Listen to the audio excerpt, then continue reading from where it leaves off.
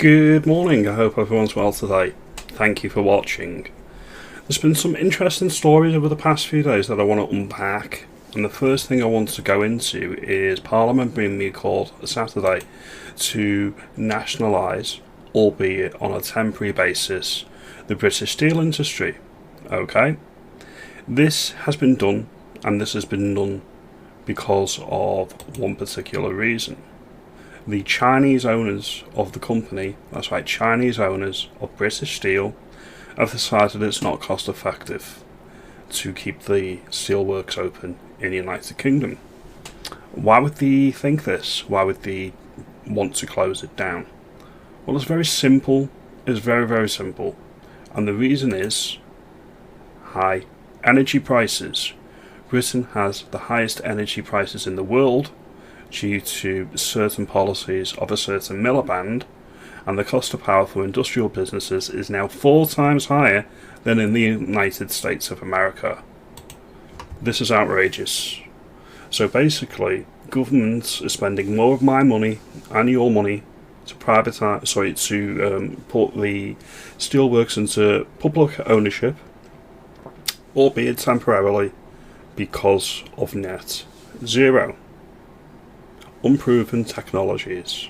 Let's just say that. Unproven technologies that not everybody agrees with, but the government does because they think it's a way to siphon more money from the working classes or the people that are not millionaires.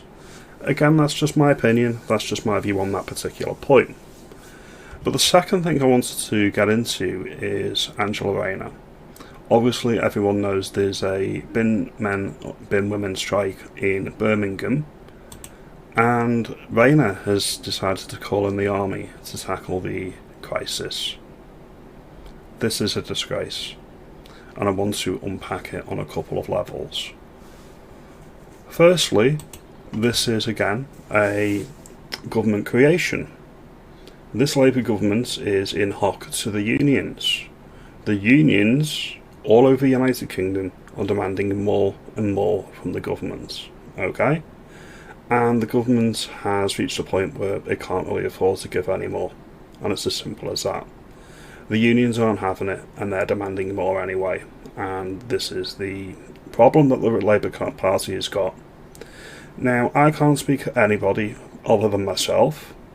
What I can say is, if my local council estate looked like a shit tip, let's be clear, it's a shit tip, I'd be organising local groups of people to remove the bins and put them in the local tip myself. I would be doing that. Why? Because I respect my country, I respect my local estate, I respect my community. I wouldn't want them living in squalor. Can you imagine little kiddies going anywhere near all this rubbish? Why do the people in Birmingham, like the ones photographed in this photo, think it's not their problem? This is the thing, government is only meant to be there to do the things that you're unable to do. Yes, it's true we pay council tax for the bins. Yes, that's true. But if there's an issue with the bins, if there was flooding and they couldn't get to you to remove the trash or the garbage yourself, you'd do it yourself. Think about it, it's all about personal responsibility at this point. But now, we've got to exploit our army, and we've got to get them to do dog's body jobs. This is the thing, we are on our arse. It's the same any time the country floods. You send in the local detachments of the army to do the dog's work that they're really not there to do. And I find it very, very disrespectful. I have high reverence and regard for all of the armed forces and the work they should be doing and do to keep us safe. If the government can move at pace to do this, within a day they can get the army involved. If they can do the saving of a steelworks or British Steel in a day in Parliament, you've seen what they did with COVID and deployed that pretty much straight away, overnight, within a day or two.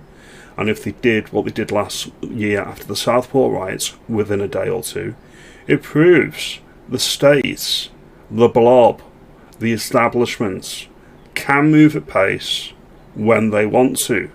When they want to do something, they will do it. So the only reason they're not doing the same, deploying the military, deploying the army at the southern border in Britain, is because they do not want to do it. My safety, the safety of my family, the safety of your family is not important to them. If it was important to them, they would be doing this. It should have been done years ago. Okay? Fuck around and find out. It's as simple as, if you break into my country, you should not be staying. I don't want to be paying a penny for any of these losers that come over, they don't want to work, they want to sit in a hotel and get freebies. It's as simple as that. I've got no sympathy, no empathy for anybody that breaks into my country. And yeah, the government should only have the power that we afford it. If the government proves incapable of doing the things that need to be done, like doing the bins without getting the army in, you should be doing it yourself. You should be just saying, like, I'm not going to pay my council tax, I'm going to take a reduction off of what you'd normally pay for the bin collection, and I'll do it myself. It's as simple as that. This is the thing. The government should be smaller, much, much smaller. Do we need bin men if they can't even do the job that they're doing, or they should be doing? I think not. It's as simple as that. My opinions are strong on this subject. It's all about personal responsibility. If you like this video, give me a thumbs up, give me a like and subscribe. Comment below, do you think the army should be deployed on the southern border? It should have been done years ago. Have a good day and thank you for your time. Consider liking and subscribing. Tell me if you think I'm wrong. Tell me if you think I'm onto something. I would appreciate it. Have a good day.